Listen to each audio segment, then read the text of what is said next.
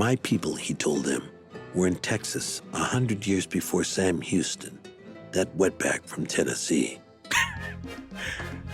You know why I love that? Because that's what we need more of today. Too many of us Latinos, I'm sorry to say this, I spend time on my show doing this, we settle for scraps. We deserve so much more than just scraps. I see my compatriots, my peers, my hermanos, and they argue things like, well, you know, we have to stay in our place to a certain extent too, and you know what? No, here's this lawyer talking to the highest court in the land, the highest court in the world, and he turns to this guy and he says, let me tell you who the original wetbacks were. It wasn't us. It was the guys who took over our land. Wow.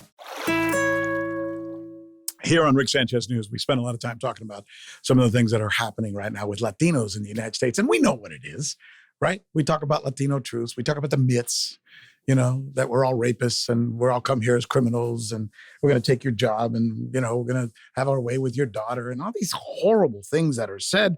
We know what we talk about in the fact that we are underrepresented across the board. We're 20% of the population of the United States, and we're lucky if we can get 2% of the representation on cable news or in media or in Hollywood. So we know all this, right? So we know that somehow we are still to a certain extent a class apart.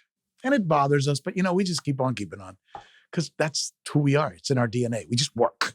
You get up and you do it again.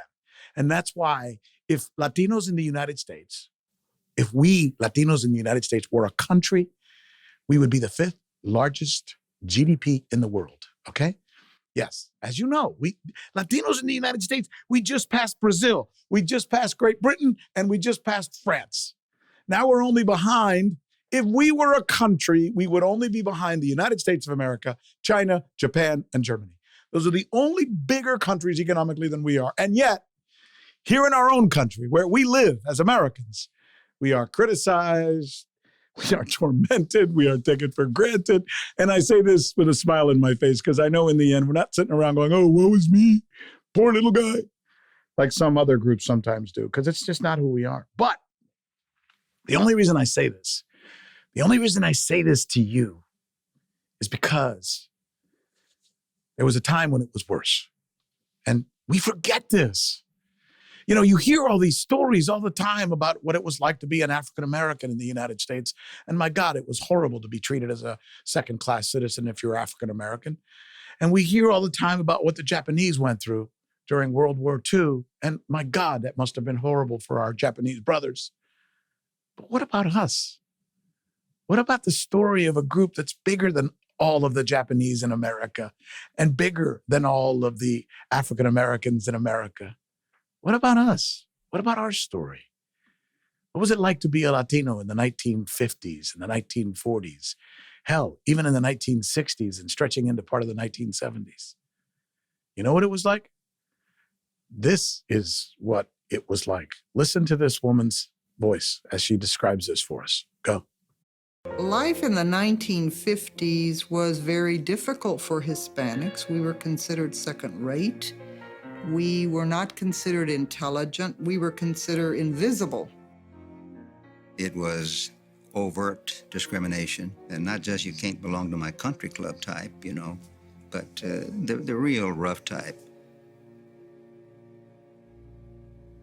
In theaters, in swimming pools, even in some public parks, we were segregated. Something awful, really. It got to the point where State Restaurant Association put out a sign that said, no Mexicans, niggers, or dogs allowed. Oh, my God. And listen, I apologize for the wording that was used there. But from a historic standpoint, it's the only word we can use to make the point, to make you understand, whether you're a Latino or not, and you're listening to the sound of my voice right now, to make you understand what it was like. People don't know this. Too many people don't know this. You know, they say, well, African Americans weren't allowed to use regular bathrooms. Well, neither were Latinos. I mean, I'm about to introduce you to the guy who has put together the the story, the documentary that you must watch, because he takes you through this story. And it's not just a woe is me, gosh, things were really bad. He actually takes you through how it changed, how Latinos were finally able to get civil rights in the United States. What a beautiful story. Before I bring him on, here's another clip, just so you get a feel for what we're talking about just how bad segregation was for Latinos in the United States back in the 1940s and 1950s and into the 1960s. Go. Segregation was widespread, enforced not by written laws, as was the case for African Americans, but by a rigid social code. It was very clear that the social isolation was a perfectly symmetrical system, one that hermetically sealed Mexicans and blacks away from whites in all the daily aspects of life. Good gosh. We're going to play more of those clips. We got about 5 more that we're going to play. It's from the documentary that is called A Class Apart. A Class Apart. Remember it. Write it down. If you're driving, whatever, put it in your phone. A Class Apart. Must watch. It's must bring your kids, bring your family, show it to them. I mean, this is in many ways an eye-opener for so many of us who take for granted what we've been through and what we've had to do to get where we are today. So when I criticize what's happening in Los Angeles, where literally in a town where 50% of the population is now only going to have one representative, one elected official for an entire town where they're 50% of the population, you should think, what can I do to change that? Like the people in this documentary did in their moment in time. Instead of going around saying that, we're going to eat our own, like we, I think, oftentimes tend to do as Latinos. It's the old crab story, right? Oh, cangrejos in a bucket. They just climb over each other to get out rather than finding a way to build a bridge so that they can all rise together. His name is Carlos Sandoval. Carlos Sandoval is joining us now, and he is absolutely freaking brilliant. I mean, the work that this guy has done, not just with this documentary, but with many others that we're going to be telling you about, is unmatched, I think, in so many ways. And he's, Emmy-nominated filmmaker. He's a former attorney. He's now a journalism professor at Columbia University. So he's like me. I'm a journalist. Wow. There's 2 Latinos who are journalists. Careful, there might be some go wrong here in this conversation. Carlos Sandoval, thanks for joining us, man. How are you doing, Carlos? Good, Rick. Thank you. Un gran placer, and I really appreciate that introduction. But I have to say, extend your kind words to all my team that put together these films. I've had the pleasure of working with extraordinary people, and being able to work in that way collegially has been fantastic. Well but said. Thank you. And you're right. There's so much that people don't know about our history in the United States, and the segments that you showed, and I assume we're going to be showing as we go along, were important to me in making this film. I remember having discussions both with the presenter that was a PBS WGBH in Boston, and with my colleagues, arguing for the need to take this detour down history to establish what kind of segregation existed, the kind of discrimination that existed at that time, because I had to insist that people did not know about it.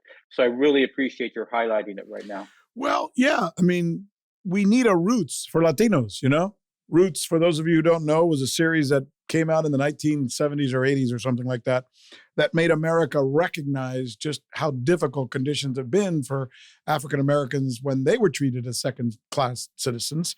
There is some of that. PBS has a wonderful series. I think it's called Latinos in America. I think it's like 8 parts. And it also takes you through documentaries that are very similar to the one that Carlos did as well. But they're few and far between, I got to tell you. And there's not this awakening in America where people now understand the history of Latinos.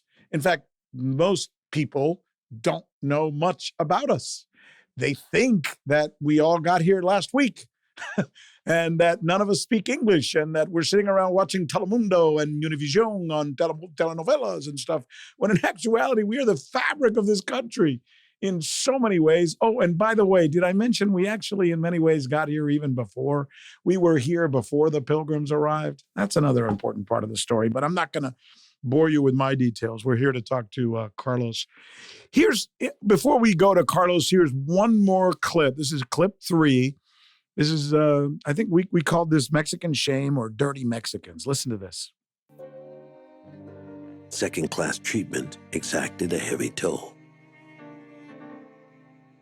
They were always referring to us as dirty Mexicans. They call us pepper belly. They call us greasers. They call us wetback.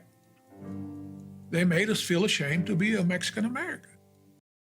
Made us feel ashamed to be a Mexican American. Carlos Sandoval is the person who created that documentary you're hearing from there. Let's start with this. What drove you to want to do this magnificent piece of work? Well, thank you. Several things, Rick. You talk about that segment where we talk about they made you feel ashamed of being Mexican American. I grew up in Southern California, outside of Los Angeles, and I grew up in the shadow of all that we see in this film. I grew up in an area where swimming pools used to be Mexicans and blacks could not swim in the swimming pool until Tuesday night because we cleaned the pool out the next day, Wednesday, for the white population. Schools were segregated in Southern California and Texas until 1948. And I grew up in the Mexican part of town of Navajo that was literally across the tracks. So that sense of being less than permeated everything that we did and who we were. And that was a very, very real sensation. So I feel an obligation to tell those stories, to portray that. Specifically with the class apart, what drew me to it was I was actually on the subway in New York City on a Saturday morning reading the New York Times, and there was an editorial piece by Carolyn Curiel that talked about the Hernandez versus Texas case. It was the 50th anniversary coming up that year. And so I did not know about this case. I was attracted to it. The whole point of the story is our identity, who we are. Are we black? Are we white? Are we other? How are we treated? The inconsistencies of what we were. That was put on trial before the Supreme Court.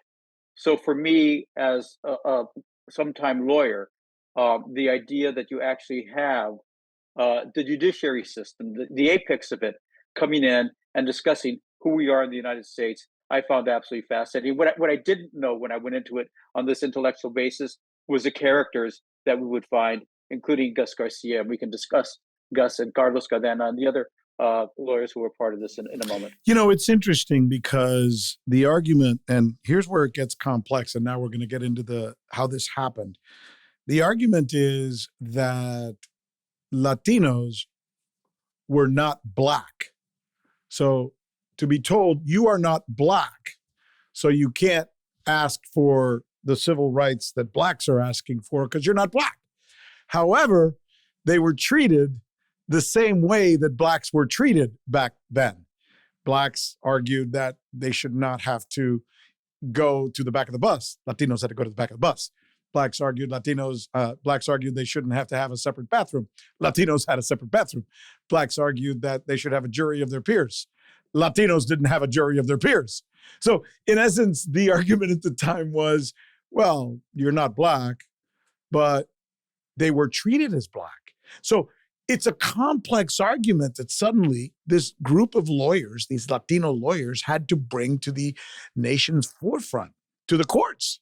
And the courts laughed them out and said, "What are you talking about? You're fine. Shut the hell up. You're not. At least you're not a Negro, probably, right?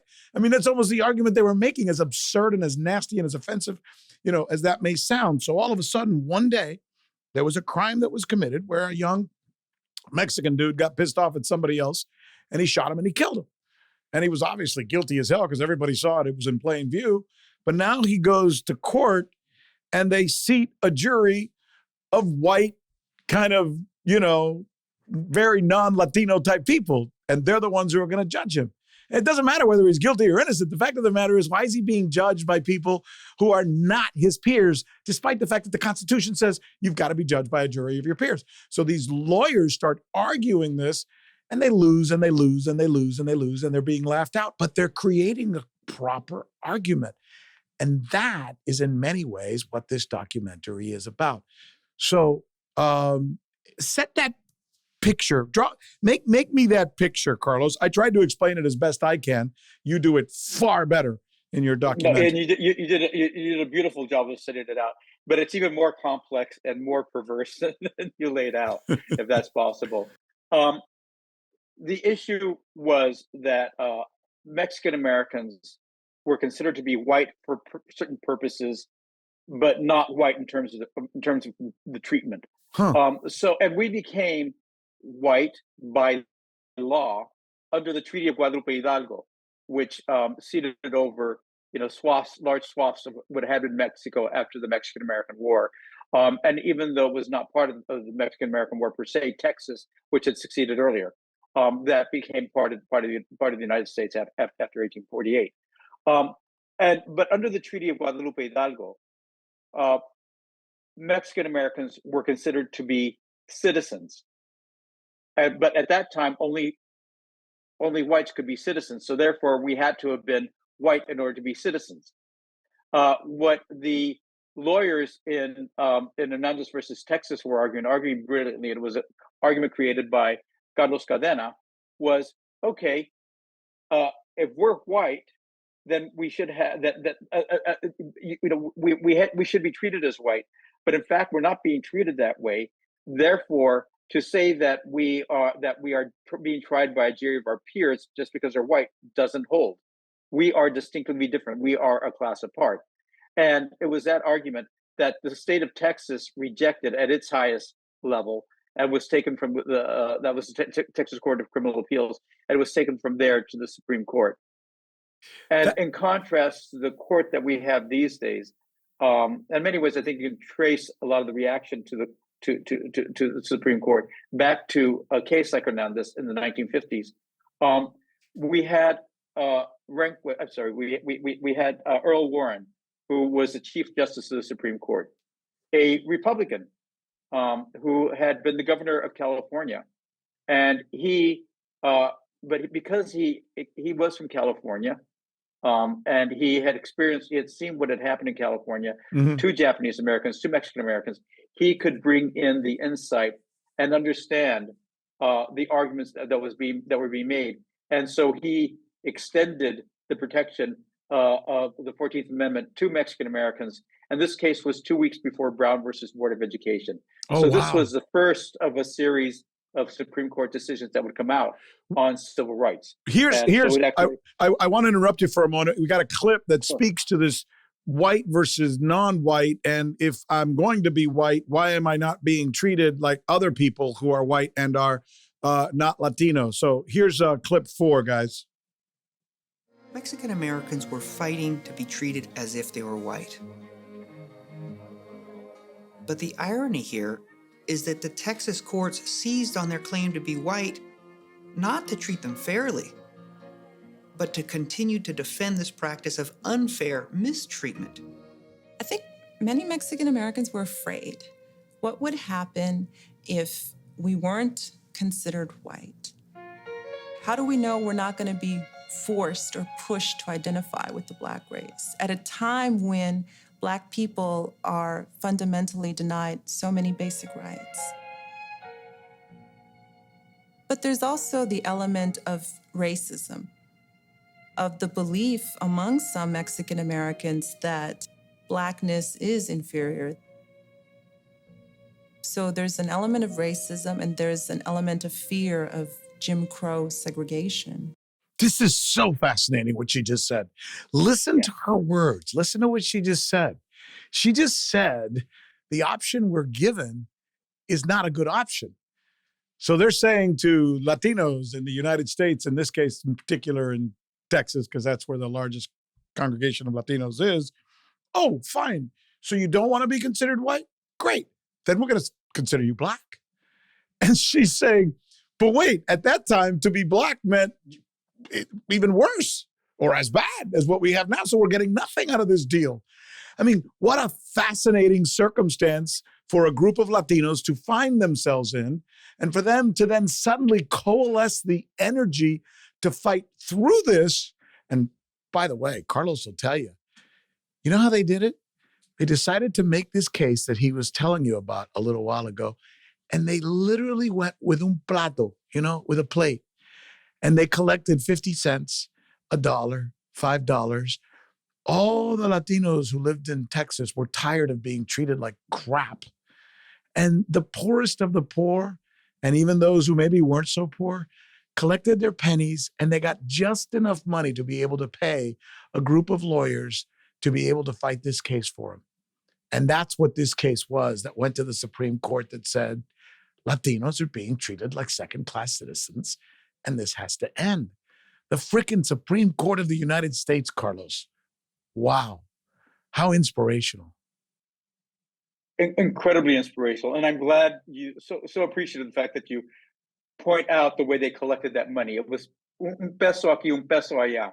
What people could. We actually show in the film the receipt, one of the receipts where they have listed the name of the people and the dollar or two that they gave to the cause. But it really took that. This was something that was scrappy. It was by the seat of your pants. It was lawyers who were strategically brilliant because they'd been looking for a case like this for a long time. And then they got the support of the community to do it. And I'm also very glad that you included that excerpt with Lisa Ramos in there, Professor Lisa Ramos, because it really it's the crux of the issue, right? Mm-hmm. And she talks about the fears of being, if we claim not to be white, then we're going to be less than, and we're going to be identified more like blacks, and that's a risk. Right. But she also talks about the colorism that exists with our community. We don't want to be considered black, and so there's so much texture and nuance in what she's saying in there, and the jeopardy at which these lawyers were taking themselves, because they didn't know if they won this case, would they actually, in some ways, damaging their position in society. So it's a very, very complex issue, and that passage just begins to unpack, or at least stress out some of the issues that were involved. So they go to the Texas court. You've got to listen to me on this story because this is so incredible.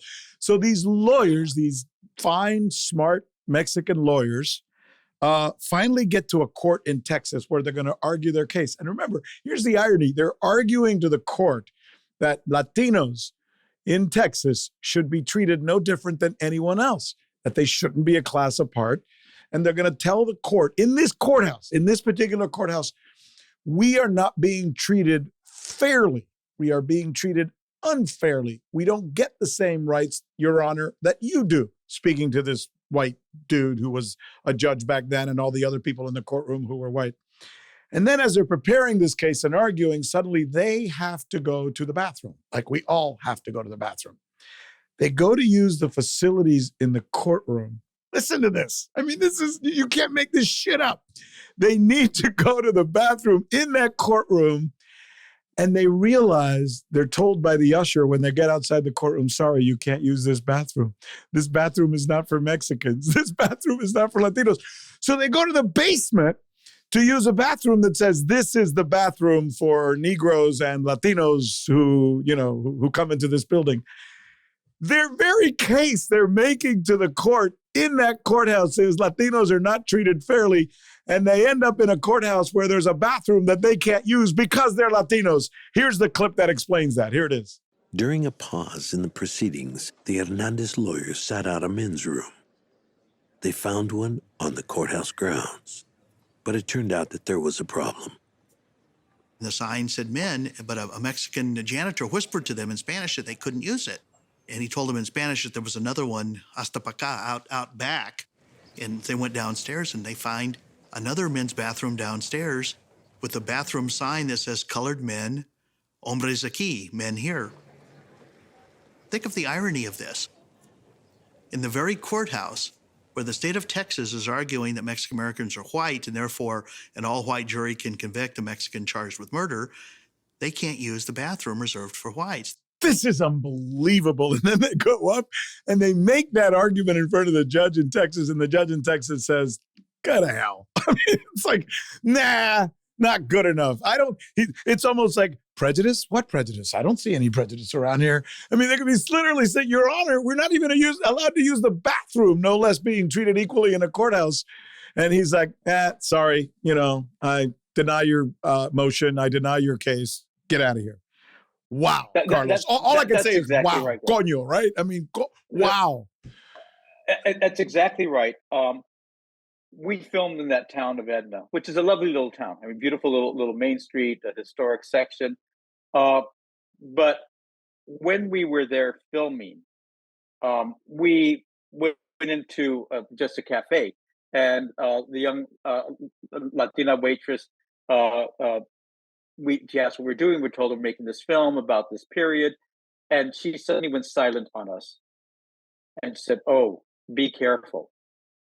Wow. We found out from other people who told us you have to be careful.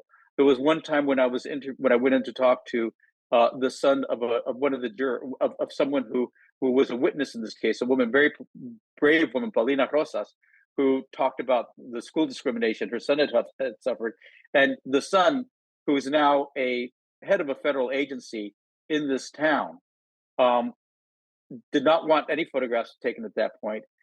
We continued our discussion. We had our discussion very much in private inside. When we emerged in the street, we're standing there, the two of us, two Latinos, talking, and this big Cadillac convertible comes by with a big, fat Anglo guy with a cigar, literally, and he just stared at us. And I was kind of taken aback by that. And so I thought, but I'm just making this up. So Chris Rosa says to me, did you notice that? That's what we put up with here all the time, is that kind of intimidation. And so this stuff is not in the past. This stuff continues to exist. And this, when we were talking before about being made to feel less than, it's something that sometimes is hard to exactly point out to, but when you're the recipient of it, and this is why it took both Chris and I to confirm for each other this is what had happened in that moment.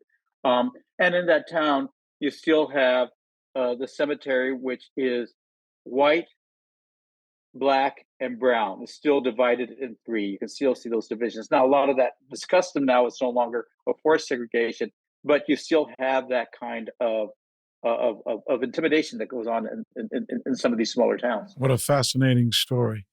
So now we get to the point where we actually, as I said, they lost the case in Texas, and then they appealed, and they lost the appeal, and finally they ran out of places to take the argument. Only thing left was the Supreme Court of the United States of America. The Supreme Court of the United States of America had never heard a case presented by Latinos, by Mexicans, no less Mexican lawyers. So this was like, wow, are we really going to do this? This is crazy. This is like going to Yankee Stadium, and playing with the big boys. This is the real deal. And they're going in there to the Supreme Court of the United States to make this argument that Latinos are being treated like second-class citizens and Latinos deserve civil rights. However, it would be very difficult to argue a case in the Supreme Court. First of all, they have to accept the case, which they deny 95% of the stuff that's put in front of them. Second of all, it's a big rigmarole. It's expensive. You got to get there. You got to present the stuff. I mean, this is going to be a lot of money for a lot of people who at the time in Texas don't have that kind of money. It's not like these are not Rockefellers, right? So they have to collect the money, and then the lawyers have to fly there, and then they have to do this.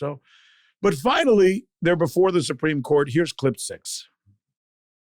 Fueled by indignation, Garcia offered the justices a brief irony-laced history lesson.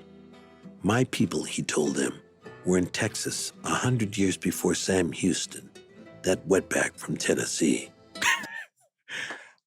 You know why I love that? Because that's what we need more of today. Too many of us Latinos, I'm sorry to say this, I spend time on my show doing this, we settle for scraps. We deserve so much more than just scraps. I see my compatriots, my peers, my hermanos, And they argue things like, well, we have to stay in our place to a certain extent too. And you know what?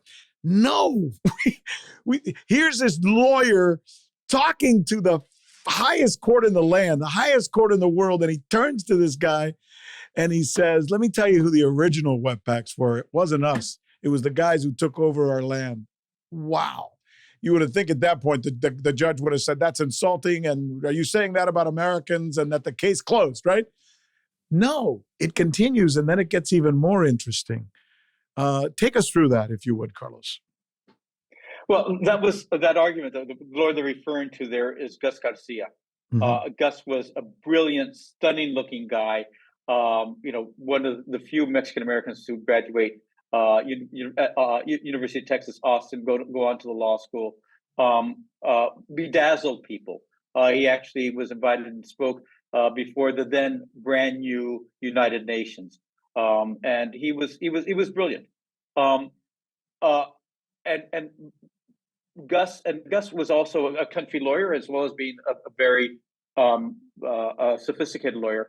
But he would represent people who would pay him with chickens, and he was out doing this kind of, and he worked on the case that would go on to desegregate schools in Texas. Wow. Gus was flawed, and we'll come back to that in a minute. Well, actually, let me come up to let me help you with that, because this is a fascinating story. I'll set it up for you. Gus had a little bit of a problem, like a lot of people do. A little bit of an addiction problem. His particular addiction was alcohol. As my mother would say, no puedes soltar la botella. He couldn't put the bottle down. And the night before that big presentation before the Supreme Court, Gus went out again, as he often did, and he got toasted. And he was drunk because he was, I hate to say it, but if his family is around, they understand he was a bit of an alcoholic, maybe a bit of a drunk. However, he was unbelievably masterful and in rhetoric. So his colleagues, by the way, he spent most of the money on booze. So now they're short on booze on a hotel room, but go ahead. Right. I mean, so now, he went out and got a hotel room too? No. He got a fancy suite for them that the rest of them felt was not necessary, but Gus felt they should have a certain amount of status. So he spends their money, he's drunk. Yeah. Comes back, I don't know, 2:00 in the morning, and the rest of the guys go, oh my God, we're done. We're about to go stand in front of the Supreme Court of the United States, and the guy who's going to represent our case, our attorney, is drunk off his ass on the floor vomiting. So what do we do? And they had to clean him up somehow, get coffee in him, and hope he could sober up well enough to go stand in front of Earl Warren and argue for Latinos in the United States as second-class citizens. And they must have thought, oh no, this ain't gonna fly. However, Carlos, tell us the rest of the story. Well, to go back to the clip, that you're absolutely right in all that. Gus went out on a bender that night. Bender. I love that word. One of the lawyer's son, Mike Herrera, told us that they put on a huge pot of coffee. They were plying Gus with coffee. They shoved him into the shower, con ropa, clothes and everything, to sober him with a cold shower. What a movie! And then they appear the next day before the Supreme Court. And Carlos Cadena, who was much more soft-spoken, but actually the more intellectual of the two, and was the architect of the argument of a class apart. Carlos starts the argument, and he's sailing it through it beautifully. He's being methodical. He's laying out the case. And at one point, Justice Frankfurter says about Mexican Americans, they call them greasers down there, don't they? At which point, that's when Gus gets pissed off and stands up and says, Your Honor, that line that you hear, let me tell you, Sam Houston was a wetback to most of us real Texans. And he goes on, and he's so brilliant that there's a time limit on when you can speak before the Supreme Court. Right. Gus goes over his time limit. He stops, looks up at the bench, and Earl Warren says, Mr. Garcia, please continue. Wow. And Gus goes on. Now, legend has it, we don't know for sure, that he went on and spoke for an additional 16 minutes. It could have been much less, but he went through there and he sailed through that so beautifully and so magnificently in that moment, coming back from his stupor and meeting that moment, which resonated for the rest of us in terms of our rights today. And Earl Warren in the Supreme Court of the United States is sitting there spellbound listening to this guy. And when he tries to finish, they say, no, don't stop, keep going. Wow. I mean, wow. And these are guys who every other court they'd raise their arguments to had kind of laughed him out of the courtroom and said, what are you talking about? Get out of here, greaser, so to speak, or wetback or whatever other ugly term you want to have been used in the past to refer to people like you and me. So what an incredible, incredible moment. Here's a little bit of the wrap up. Let's listen. Cut 7. Hernandez versus Texas belongs in the pantheon of great civil rights cases, indeed of great American cases. But even more important, it belongs in the pantheon of great moments in American history. This is a moment when a people long regarded as inferior organize and demand equal treatment and succeed in that demand. This is an inspirational moment in American history, a moment in which equality is demanded and achieved. As I'm listening to that, once again, I'm getting goosebumps. I feel goosebumps right now, listening to that moment in history about my people, our people, your people, Carlos. And nobody knows this story. Nobody knows that we too had a civil rights moment. And needless to say, you can obviously get the gist of it from that cut that we just shared with you. But the Supreme Court decided in its infinite wisdom that these greasers, these lowly Mexican lawyers who were there with a couple of pennies in their pocket, one of whom couldn't stop putting the bottle down, were right, that their argument was just, and that the only American thing to do was to stop treating Latinos, Mexicans from Texas in particular, in this case, like they were second-class citizens. And tell me, Carlos, what did the Supreme Court do? Well, the Supreme Court said that Mexican Americans should be tried by a jury of their peers, and that their peers could include Mexican Americans on that jury. One of the things that was established by the Hernandez lawyers was that in this county, in Jackson County, where the original trial for the murder took place, there had not been any Mexican Americans serving on a jury, whether grand or petit jury, in the previous, I forget, 25, 50 years. And so that discrimination had been pervasive. Again, the lawyers were strategic. They were trying to figure out what rights do we want to assert. They'd already taken care of education in terms of schools. They had taken care of racial covenants on homes. So now it was about taking care of juries. Now the question arises, why juries? We see that as a pain in the ass to serve on a jury these days. Right. We may not view it as something that we really want to do. And why would an Anglo community object to that? Mm-hmm. Well, think about it in terms from the perspective. I mean, how else are you going to get equal justice if you don't have representation in that jury box? We see that constantly in terms of the statistics that come out with regards to capital punishment, for example, with African Americans, where you have all white juries, you have a much higher rate of death penalty than you do when you have some black people on the jury box. So there's that point of view of representation, but also from the point of view of what it means sort of more culturally. Anglos they felt that they did not want to have a Mexican sitting in judgment of them, sitting in power over them. And so that, for me, is part of the potency of this and why it's so important for all of us to participate now. I mean, this was a right that we're excluded from and we fought for, but we don't recognize it when we get that jury summons. So I think that we all have to recognize that next time we see that come in and complete our civic duty. That's interesting because we're making the argument that Latinos were definitely treated as second-class citizens, just like others have been treated historically in the United States.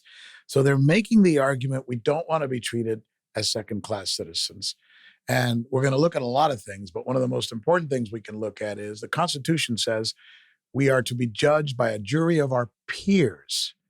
And we are not being judged by a jury of our peers. Therefore, we are not citizens of the United States. We are not afforded the rights of citizens of the United States. Until you change that, Your Honor, we are not afforded the rights of citizens of the United States. Therefore, we are, in essence, not receiving our civil rights, and we are being discriminated against. It's a basic tenet, and it goes right at the foundation of what it is to be an American. So I never would have thought it this way until I watched your documentary to understand why this particular need manifests itself with such universality for what we are today as Latinos. I get it, right? And you put it so precisely, I can't add anything to that, Rick. That's exactly the crux of it. And that's why this case, which was a foundation then to go on and expand further rights for Mexican Americans and ultimately Latinos, was foundational. So, yeah. It's so important that we get not just, folks who may have lived that, folks who may be old enough to remember it, but somehow I think, just like our friends, the Jews, constantly telling people how important their history is, and just like our African-American friends are always trying to get their kids and others to understand their history because it makes up our DNA and it's a better way for us to all understand each other. So just as the Japanese with the horrible things that happened to them after World War II, and I could go on and on. I mean, throughout civilization, but there's a unique thing for us Latinos in the United States. And I want my children, I want my son, who I introduced you to a little while ago, to know this story. And I'm not sure they do, but I think it's necessary that they understand this because I think it frames us better to understand each other and to be able to share our stories with others because we are Americans as well, right? Yeah. No, I mean, you're completely right. We need to understand American history in all its texture, nuance, and richness and complexities. Mm-hmm. And we as Latino community need to understand our history because we do come from so many different countries. We've arrived in this country, this country arrived to us, as is the case in my family, at different points along that history. But we, in the end, we're being treated in many ways the same, which is still subject to some discrimination, still subject to some speculative mistreatment, not speculative mistreatment, but some speculation as to who we are. Those little issues that come up. Where I get asked, "Where are you from?" Those sorts of things that remind us that we're not fully American in some odd way. But I think that we as Latinos do need to understand our unique perspective, our unique contribution to this history. And you're also right, Rick. A lot of people don't know this history. Even my nephew the other day, who is now a father, I was telling him about this, and he was mesmerized and had no idea that this existed. This is a 32-year-old young man. People don't know, and it's important to know to get the context, to understand where we came from and help us make certain that we keep going in a better direction. My friend Jeff Valdez, who you probably know, is a director producer in Hollywood, and he and I talk all the time. I remember one of the first times I met Jeff, he said to me something that will always stay with me. He said, "I recently had a guy, an Anglo guy, come up to me and said, 'Go back to your country.'" And I told him that this is my country and that my great-great-great-great-great-great-great-great-grandparents were in this country 400 years ago. And he looked at me like, huh? And it's that simple. I mean, people who are, the Trujillos, my partner in this venture, and my buddy Jeff Valdez, and maybe people in your family, their ancestors have been in the United States before the United States existed. So how silly for somebody to come up to somebody who's of Mexican descent or whatever and say, "Hey, go back to your country." And I'm not making fun of them or trying to be mean or anything. It's just that they don't know. They just don't know. Yeah. And they should. Yeah, no, they truly don't. And in my case, on my father's side of the family, probably crossing over in 1600 along with the Oñate expedition. We've been around forever, but also in their indigenous blood that's been around here since before. and on my mother's side, Puerto Rican. So, we got crossed over in the Spanish-American War. We have been here for generations. We have contributed so much to this country. We are a part of it. We are the fabric of it. But that's not going to be recognized unless we explore and examine this history. And the most important thing we need to do is not settle for scraps, understand that history, and use it to empower us. Because I see sometimes, I've been talking a lot about this case that's going on right now in Los Angeles, for example, where some Latinas who are in power said some very untoward things, and they should be, they should be reprimanded for what they said. But, it's funny how easily and how fast even our own community wants to, banish them. Like, okay, be gone with you. I hate to say it, but worse things have been said. In fact, worse things are said almost daily about us. And there are very few consequences for some of those people who say that. So while I'm not defending some of the things that they said, I am arguing about whether the reaction sometimes looks like we're eating our own once again.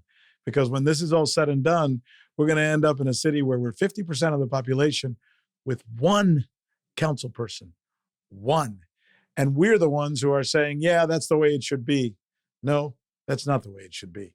We should learn from our ancestors who fought the good fight. Agreed in terms of learning from our ancestors. And I just want to, you brought up Jeff Valdez earlier, and I want to, I don't know where we are in our conversation right now, but I do want to point out that the film A Class Apart is in development to be made into a narrative major motion picture. Great. With Eva Longoria as one of the producers on it. It's with a streamer being developed right now. And word has it that maybe Robert Rodriguez would be directing it. Which I would love be the Robert. He's a good friend of mine and a good friend of the shows and a good friend of Saul Trujillo. He's in our family. Yeah, so. Exactly. And I met actually Robert through Saul at an LDC meeting years ago, and I handed him the copy of A Class Apart.